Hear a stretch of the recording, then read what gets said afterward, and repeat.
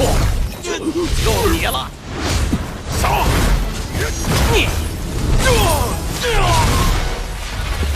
恢复了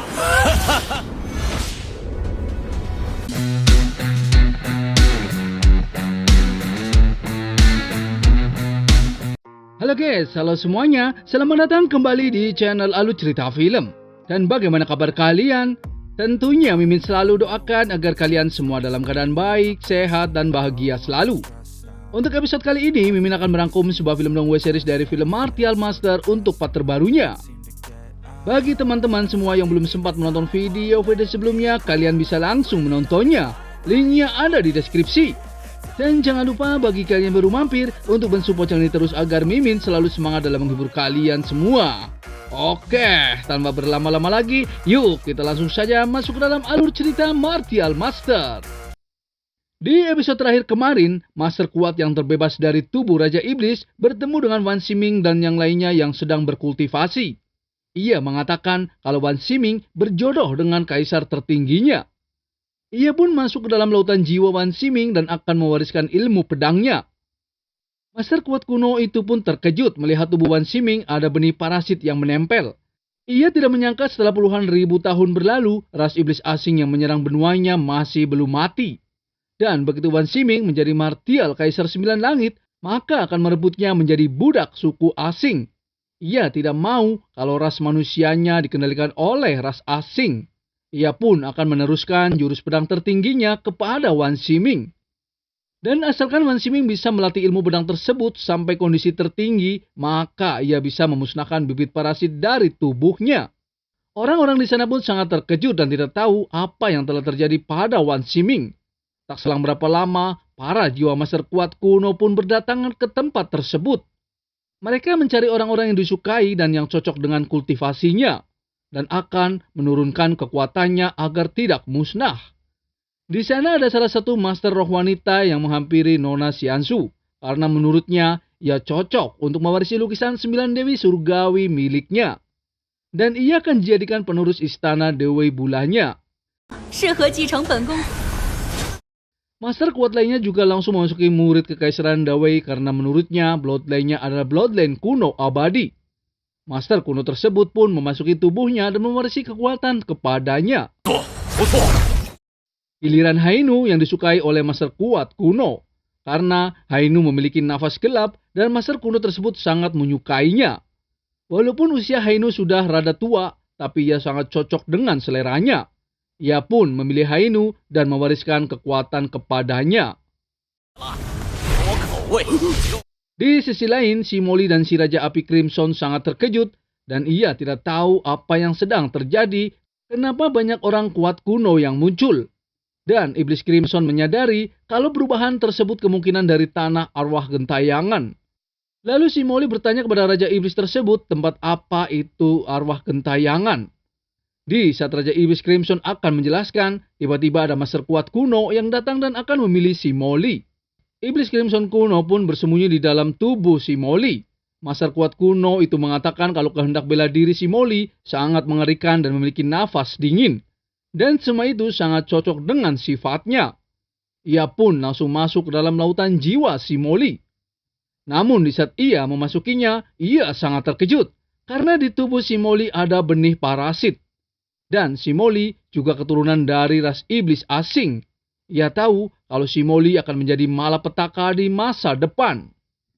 Ia pun ingin memusnahkan si Molly dan akan membunuhnya. Akan tetapi, Raja Iblis Crimson langsung datang dan menangkis serangannya. Iblis Crimson itu juga kenal dengan master kuat tersebut. Dan master kuat kuno itu adalah Tuan Wuxin. Dan karena master kuat itu sudah datang, maka Iblis Crimson tidak membiarkannya pergi. Tuan Wuxin tahu kalau Iblis Crimson berasal dari ras asing Qian. Tanpa basa-basi, ia pun langsung menyerang ke arah Iblis Crimson. Sedikit pertarungan pun terjadi. Tuan Wuxin pun tertekan oleh serangan iblis kuno tersebut. Iblis Crimson kuno itu mengatakan walaupun ia terlemah dalam peperangan kuno, namun ia masih memiliki jiwa yang utuh. Sedangkan Tuan Wuxin hanya memiliki satu kehendak yang tersisa. Tuan Wuxin pun berkata suatu hari nanti ras manusianya pasti akan memusnahkan semua ras iblis. Master kuat kuno itu pun hancur terkena serangan Iblis Crimson.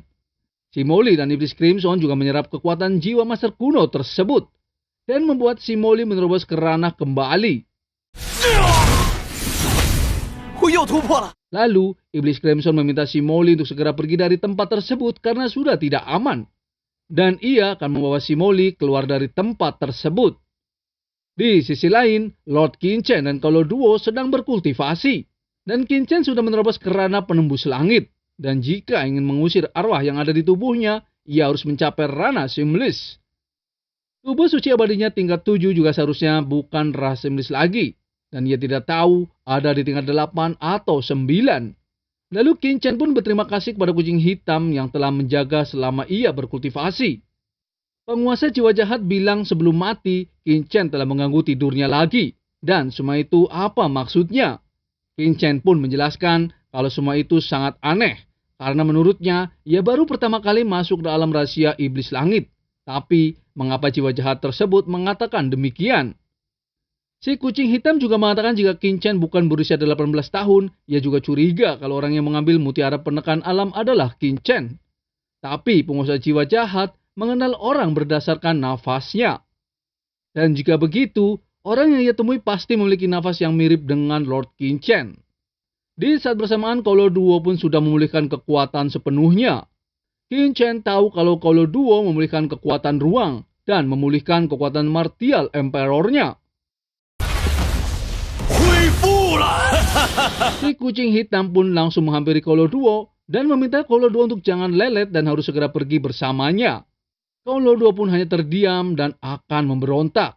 Namun di saat ia akan memberontak, segel pemusnah jiwa menekannya dan ia langsung ketakutan dan memberi hormat kepada Lord Qin Chen. Qin Chen pun meminta Kolo Duo untuk pergi bersamanya.